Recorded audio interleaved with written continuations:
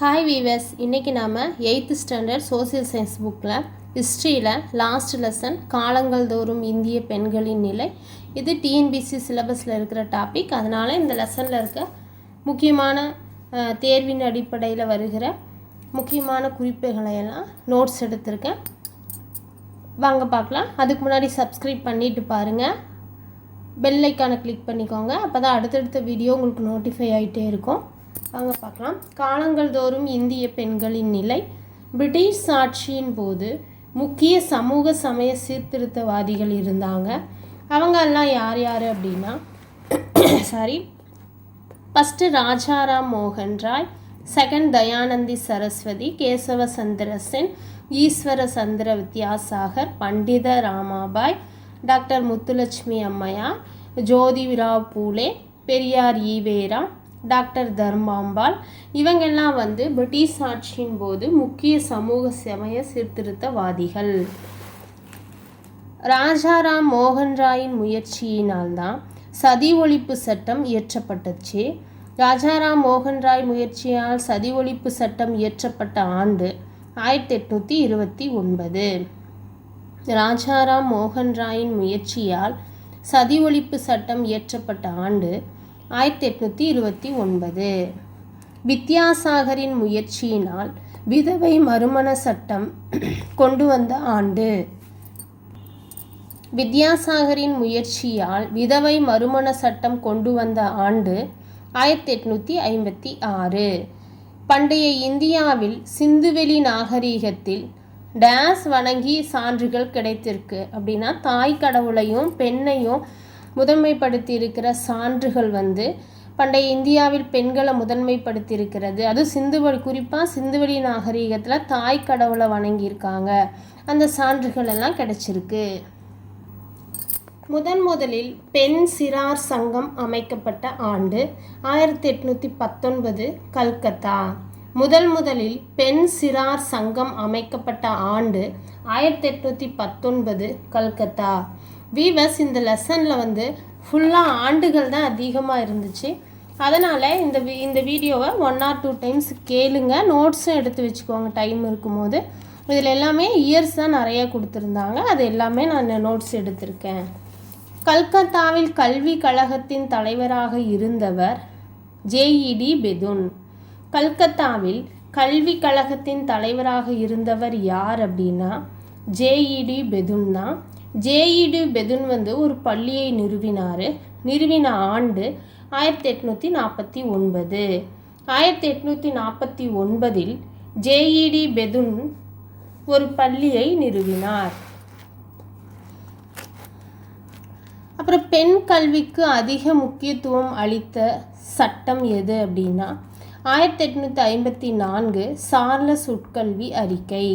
பெண் கல்விக்கு அதிக முக்கியத்துவம் அளித்த சட்டம் எது அப்படின்னா சார்லஸ் உட்கல்வி அறிக்கை தான் 1854. அப்புறம் இந்திய கல்வி குழு ஏற்படுத்தப்பட்ட ஆண்டு 1882. இந்திய ஹண்டர்னா கல்வி, இந்திய ஹண்டர் குழு, இந்திய கல்வி குழு ஏற்படுத்தப்பட்ட ஆண்டு 1882. சிறுமிகளுக்கான தொடக்கப்பள்ளியையும் ஆசிரியர் பயிற்சி நிறுவனங்கள் தொடங்க பரிந்துரை செய்த குழு எது? ஆன்சர் இந்திய கல்விக்குழு. 1882 ஏற்படுத்தின இந்திய கல்விக்குழு தான் சிறுமிகளுக்கான தொடக்கப்பள்ளியையும் ஆசிரியர் பயிற்சி நிறுவனங்கள் தொடங்க பரிந்துரை செய்தது. எந்த குழுனா இந்திய கல்விக்குழு, இந்திய அண்டர் குழு தான். நெக்ஸ்ட், இந்திய பெண்கள் பல்கலைக்கழகங்களில் நுழைய தொடங்கிய ஆண்டு. ஆன்சர் 1880. இந்திய பெண்கள் பல்கலைக்கழகங்களில் நுழைய தொடங்கிய ஆண்டு 1880. 1994 ஆண்டு மகளிர் மருத்துவ சேவை அமைப்பு கொண்டு வரப்பட்டது. மகளிர் மருத்துவ சேவை அமைப்பு எதை மையமாக இருந்தது அப்படின்னா செவிலியர்களுக்கு பயிற்சி அளிப்பதை தான் மையமாக கொண்டு மகளிர் மருத்துவ சேவை அமைப்பு தொடங்கப்பட்டது. அது தொடங்கப்பட்ட ஆண்டு 1914. 1890இல் D.K. கார்வே என்பவர் பூனாவில் ஏராளமான பெண் பள்ளிகளை நிறுவினார். கேர்ள்ஸ் ஹை ஸ்கூல் நிறையா திறந்திருக்காரு பூனாவில். யாருன்னா D.K. கார்வே என்பவர் 1890. நெக்ஸ்ட்டு இந்திய மகளிர் பல்கலைக்கழகம் தொடங்கிய ஆண்டு. இந்திய மகளிர் பல்கலைக்கழகம் தொடங்கிய ஆண்டு 1916. D.K. கார்வே தான் தொடங்கினார். இந்திய மகளிர் பல்கலைக்கழகம் தொடங்கிய ஆண்டு 1916. D.K. கார்வே தொடங்கினார். லேடி ஹார்டிங் மருத்துவக் கல்லூரி தொடங்கப்பட்ட ஆண்டு 1916 டெல்லி. லேடி ஹார்டிங் மருத்துவக் கல்லூரி தொடங்கப்பட்ட ஆண்டு 1916 டெல்லியில். வங்காள ஒழுங்காற்று சட்டம் 21 படி 1795 அமைக்கப்பட்டது. வங்காள ஒழுங்காற்று சட்டம் எதன்படி அமைக்கப்பட்டதுன்னு ஆர்டிக்கல் கேட்டால் 21 படி. இயர் 1795. அப்புறம் ஒழுங்குமுறை சட்டம் கொண்டு வரப்பட்ட ஆண்டு 1802. ஒழுங்குமுறை சட்டம் 1802. அப்புறம் 1870 பெண் சிசு கொலை தடை சட்டம் கொண்டு வரப்பட்டது. 1870 பெண் சிசு கொலை தடை சட்டம் கொண்டு வரப்பட்டது. அப்புறம் 1846 பெண்களுக்கான குறைந்தபட்ச திருமண வயது 10 வயது என இருந்துச்சு. எப்போனா 1846 பெண்களுக்கான குறைந்தபட்ச திருமண வயது 10 வயது என இருந்தது. அதுக்கப்புறமா 1872 உள்நாட்டு திருமண சட்டம் கொண்டு வரப்பட்டது. 1872 உள்நாட்டு திருமண சட்டம் கொண்டு வரப்பட்டது. அந்த சட்டத்திற்கு பிறகுதான் பெண் திருமண வயது 14 என்றும் ஆண் திருமண வயது 18 வயது என்றும் நிர்ணயம் செய்யப்பட்டது. பெண் திருமண வயது 14 எனவும் ஆண் திருமண வயது 18 எனவும் நிர்ணயம் செய்யப்பட்ட சட்டம் எது அப்படின்னா உள்நாட்டு திருமண சட்டம். ஆண்டு 1872. அப்புறம் 1930 மத்திய சட்டப்பேரவையில் ராய் சாஹிப் ஹார்பிலாஸ் சாரதா குழந்தை திருமண மசோதா கொண்டு வரப்பட்டது அவரால் தான். 1930 மத்திய சட்டப்பேரவையில் ராய் சாஹிப் ஹார்பிலால்னால தான் சாரதா குழந்தை திருமண மசோதா கொண்டு வரப்பட்டது. மசோதா கொண்டு வரப்பட்ட ஆண்டு ராய் சாஹிப் ஹார்பிலால் அவர்களால் 1930 மத்திய சட்டப்பேரவையில். அதுக்கப்புறம் அந்த மசோதா கொண்டு வரப்பட்டதுக்கு அப்புறமா தான் ஆண் திருமண வயது 18 எனவும் பெண் திருமண வயது 14 என நிர்ணயித்தது இந்த சட்டம். இந்த மசோதா ஆண் திருமண வயது 18 எனவும் பெண் திருமண வயது 14 என நிர்ணயித்தது. இப்படி கூட நம்ம கேள்வி எடுத்துக்கலாம். ஆண் திருமண வயது 18 பெண் திருமண வயது 14 என நிர்ணயித்த சட்ட மசோதா எது? கொண்டு வரப்பட்ட மசோதா எந்த ஆண்டில் கொண்டு வந்தாங்க அப்படின்னா 1930. கொண்டு வந்தவர் யாருன்னா ராய் சாஹிப் ஹார்பிலால். அதுக்கப்புறம் 1955 இந்து திருமண சட்டம் கொண்டு வரப்பட்ட ஆண்டு. இந்து திருமண சட்டம் கொண்டு வரப்பட்ட ஆண்டு 1955. இந்த இந்து திருமண சட்டம் கொண்டு வரப்பட்ட பிறகு அதுக்கப்புறமா ஆண் திருமண வயது 21 என்றும் பெண் திருமண வயது 18 என்றும் திருத்தப்பட்டது. இந்து திருமண சட்டத்துக்கு பிறகுதான் ஆண் திருமண வயது 21 எனவும் பெண் திருமண வயது 18 என திருத்தப்பட்ட சட்டம் எது அப்படின்னா இந்து திருமண சட்டம். ஆண்டு 1955. அப்புறமா கிபி பொது ஆண்டு 1420 விஜயநகருக்கு வருகை புரிந்தவர் யார் அப்படின்னா இத்தாலிய பயணி நிக்கோலா கோண்டி. 1420 கிபி 1420களில் விஜயநகருக்கு வருகை புரிந்த இத்தாலிய பயணி யார் அப்படின்னா நிக்கோலா கோண்டி. இவரின் குறிப்புகள் எழுதியிருக்காரு. இவருடைய குறிப்புகளில் தான் பெண்கள் இறந்த தன் கணவருடன் எரிக்கப்பட்டனர் என்று குறிப்பிடுகிறார். பெண்கள் அந்த காலத்தில் அப்போ இவர் பார்த்துருக்காரு, அதனால தான் குறிப்புகள் எழுதியிருக்காரு. இது கொஞ்சம் விரிவாக இருந்துச்சு, நான் புரியுற மாதிரி சுருக்கமாக எழுதிட்டேன். பெண்கள் இறந்த தன் கணவரோடு எரிக்கப்பட்டுட்டாங்க, உடன்கட்டை ஏற்றப்பட்டாங்கன்னு சொல்லி இவருடைய குறிப்புகளை இருக்குது. யாருடைய குறிப்புகளில் அப்படின்னா இத்தாலிய பயணி நிக்கோலா கோண்டி. அவர் விஜயநகருக்கு வருகை புரிந்த ஆண்டு கிபி 1420. அதுக்கப்புறம் 1818 20களில் ராஜாராம் மோகன் ராய் பல கட்டுரைகளை வெளியிட்டார். 1818 20களில் ராஜாராம் மோகன் ராய் பல கட்டுரைகளை வெளியிட்டார். இவரின் பாதிப்பு, ராஜாராம் மோகன் ராய்க்கு அவங்க வாழ்க்கையில் ஒரு பாதிப்பு ஏற்பட்டுச்சு.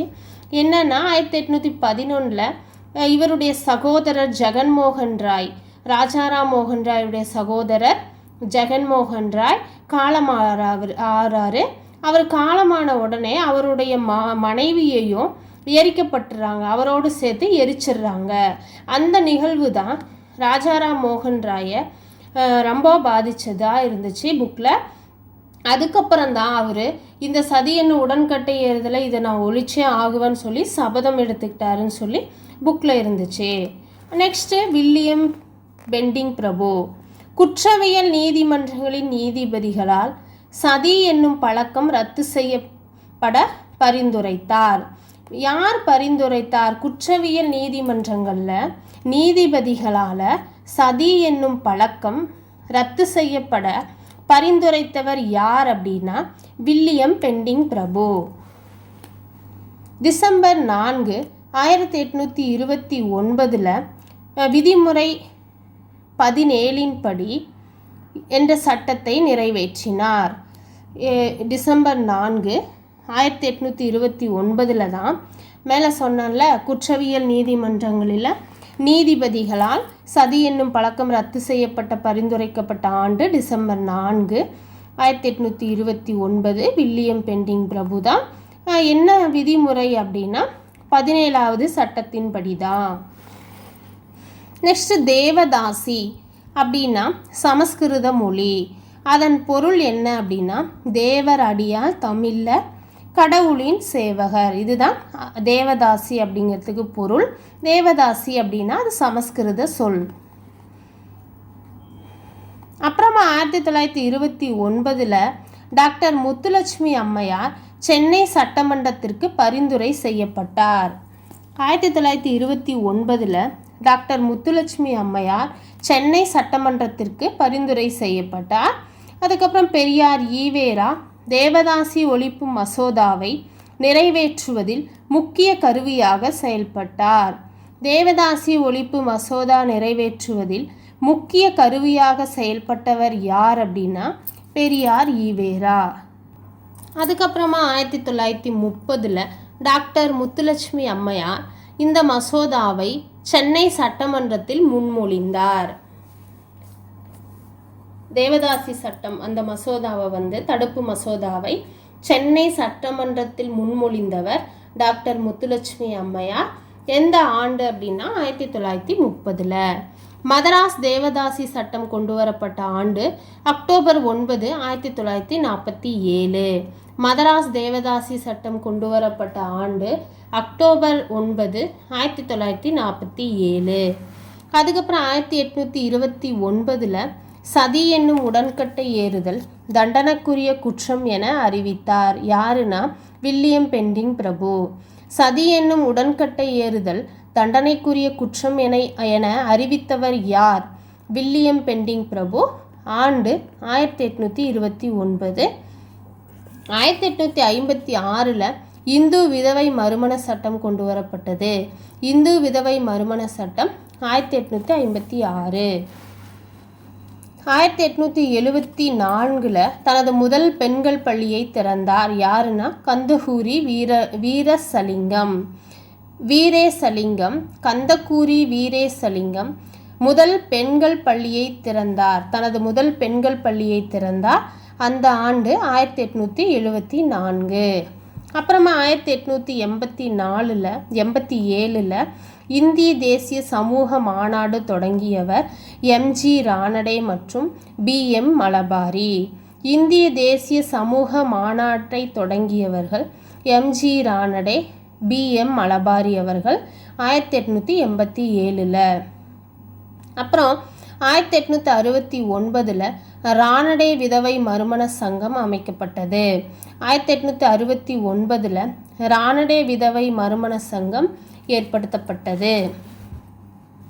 1884 பிஎம் மலபாரி குழந்தை திருமணத்தை ஒழிப்பதற்கான ஒரு இயக்கத்தை தொடங்கினார். குழந்தை திருமணம் ஒழிப்பதற்கான ஒரு இயக்கத்தை தொடங்கியவர் 1884 பிஎம் மலபாரி அவர்கள். அப்புறம் 1905 கோபாலகிருஷ்ண கோகலேவால் இந்திய ஊழியர் சங்கத்தை தொடங்கினார். இந்திய ஊழியர் சங்கத்தை 1905 தொடங்கியவர் யார் அப்படின்னா கோபாலகிருஷ்ண கோகலே. அப்புறம் பிரம்ம சமாஜம், இதெல்லாம் சீர்திருத்த இயக்கங்கள். பிரம்ம சமாஜம் 1828, பிரார்த்தனை சமாஜம் 1867, ஆரிய சமாஜம் 1875. இவை மூன்றும் அப்போ கொண்டு வந்த சீர்திருத்த இயக்கங்கள். 1889 இந்து விதவைகளுக்காக சாரதா சதன் கற்றல் இல்லம் எனும் அமைப்பை தொடங்கியவர் பண்டித ராமாபாய் பம்பாய். 1889 இந்து விதவைகளுக்கான சாரதா சதன் எனும் அமைப்பை தொடங்கியவர் யார் அப்படின்னா பண்டித ராமாபாய் பம்பாயில் தொடங்கினாங்க. 1857 ஆங்கிலேயருக்கு எதிராக போராடியவர்கள் பேகம் ஹஸ்ரத் மஹால், ஜான்சியில் ராணி லட்சுமிபாய் ஆயுதமேந்தி போராடினர். அப்புறம் இந்திய அரசியலமைப்பு பிரிவு 14 சமவாய்ப்பு சமவேளைக்கு சம ஊதியம் என கூறுகிறது. இந்திய அரசியலமைப்பில் எந்த பிரிவு சம வாய்ப்பு சமவேளைக்கு சம ஊதியம் என்று கூறுகிறது அப்படின்னா பிரிவு 14. தேசிய கல்விக் கொள்கை கொண்டு வரப்பட்ட ஆண்டு 1986. பெண்களுக்கு அதிகாரம் அளிப்பதில் முக்கிய கவனம் செலுத்தும் திட்டம் மகிழா சமக்யா. பெண்களுக்கு அதிகாரம் அளிப்பதில் முக்கிய கவனம் செலுத்தும் திட்டம் எது அப்படின்னா மகிழா சமக்யா. பெண்களுக்கு 33% முக்கியத்துவம் கொடுக்குது. பெண்கள் தேசிய ஆணையம் அமைக்கப்பட்ட ஆண்டு 1992. பெண்கள் தேசிய ஆணையம் அமைக்கப்பட்ட ஆண்டு 1992. வங்காள ஒழுங்குமுறை சட்டம் 21 படி 1804. ஒழுங்குமுறை அது 17 1829. இந்து விதவைகள் மறுமண சட்டம் 1856. உள்நாட்டு திருமண சட்டம் 1872. சாரதா சட்டம் 1930. தேவதாசி ஒழிப்பு சட்டம் 1947. பெண் சிசு கொலை சட்டவிரோதமானது என அறிவிக்கப்பட்ட சட்ட விதிகள் எது அப்படின்னா 21வது சட்ட விதி 1804. வங்காள ஒழுங்கு சட்டம் தான் இது கொண்டு வரப்பட்டது. வங்காள ஒழுங்கு சட்டம். சதி என்னும் பழக்கம் சட்டவிரோதமானது என்று அறிவிக்கப்பட்ட பிரிவு 17 1829 ஒழுங்குமுறை சட்டத்தின்படி தான் சதி என்னும் பழக்கம் சட்டவிரோதமானது என்று அறிவிக்கப்பட்டது. அப்புறம் விதவைகள் மறுமணம் செய்ய அனுமதித்த சட்டம் இந்து விதவை மறுமண சட்டம் தான் அனுமதிச்சிச்சு. ஆண்டு 1856. குழந்தை திருமண தடை செய்யப்பட்ட சட்டம் உள்நாட்டு திருமண சட்டம் 1872 மூலமாக தான் குழந்தை திருமணம் தடை செய்யப்பட்டது. சிறுவர் சிறுமிகளுக்கான திருமண வயது உயர்த்தப்பட்ட சட்டம் எது அப்படின்னா சாரதா சட்டம் 1930. சிறுவர் சிறுமிகளுக்கான திருமண வயது உயர்த்தப்பட்ட சட்டம் சாரதா சட்டம் 1930. தேவதாசி முறையை ஒழித்த சட்டம் தேவதாசி ஒழிப்பு சட்டம் 1947. வீவர்ஸ், இதோட இந்த லெசனில் இருக்க முக்கியமான பாயிண்ட்ஸ் எல்லாம் நான் முடிஞ்ச வரைக்கும் குறிப்பு எடுத்துட்டேன். இது உங்களுக்கு பிரயோஜனமாக இருக்கும்னு நினைக்கிறேன். இந்த வீடியோ உங்களுக்கு பிடிச்சிருந்தால் மறக்காமல் சப்ஸ்கிரைப் பண்ணுங்கள். உங்கள் விருப்பங்களை கமெண்ட் பாக்ஸில் தெரிவிங்க. நன்றி, வணக்கம்.